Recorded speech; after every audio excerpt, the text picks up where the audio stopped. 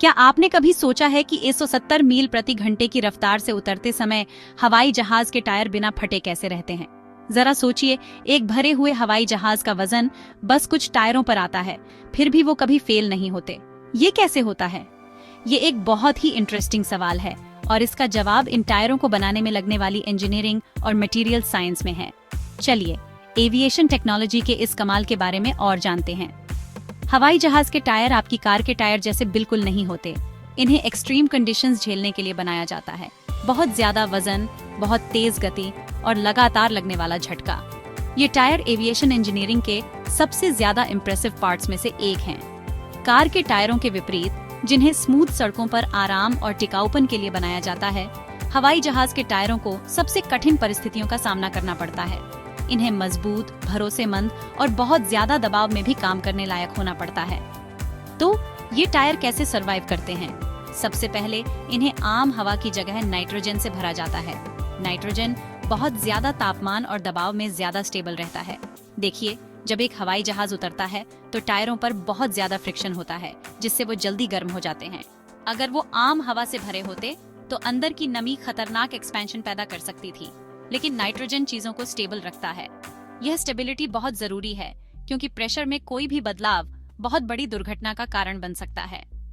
यहाँ चीजें और भी मजेदार हो जाती हैं। हवाई जहाज के टायरों के अंदर का प्रेशर 200 psi तक पहुंच सकता है, जो एक कार के टायर के प्रेशर से 6 गुना ज्यादा है। यह हाई प्रेशर उन्हें एक हवाई जहाज के भारी वजन को ढोने की अनुमति देता है, चाहे वह एक छोटा रीजनल जेट हो या एक विशाल 784। लेकिन इतना ही नहीं, इन टायरों में इस्तेमाल होने वाला रबर स्पेशली ऐसे बनाया जाता है कि बार बार लैंडिंग के बाद भी यह जल्दी घिसे नहीं।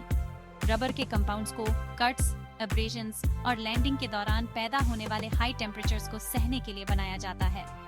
हवाई जहाज के टायरों में एक और सुपर पावर होता है। इन्हें दोबारा इस्तेमाल किया जा सकता है।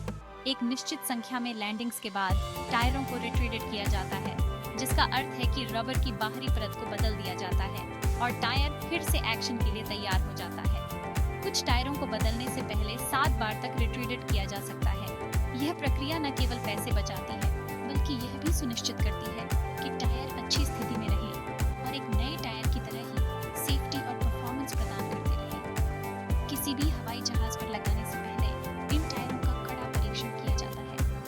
असली टेक ऑफ्स और लैंडिंग्स के दौरान उन्हें बहुत कठिन परिस्थितियों से गुजारा जाता है। यह सुनिश्चित करता है कि वे बिना किसी फेलियर के सैकड़ों फ्लाइट्स को संभाल सकें। परीक्षण में high speed runs, load tests और यहाँ तक कि नकली लैंडिंग्स भी शामिल हैं, ताकि यह सुनिश्चित हो सके कि वे वास्तविक उड़ान संचालन की कठोर परिस्थितियों का सामना कर सकते हैं। इंजीनियर्स यह सुनिश्चित करने में कोई कसर नहीं छोड़ते हैं कि ये टायर अपने काम के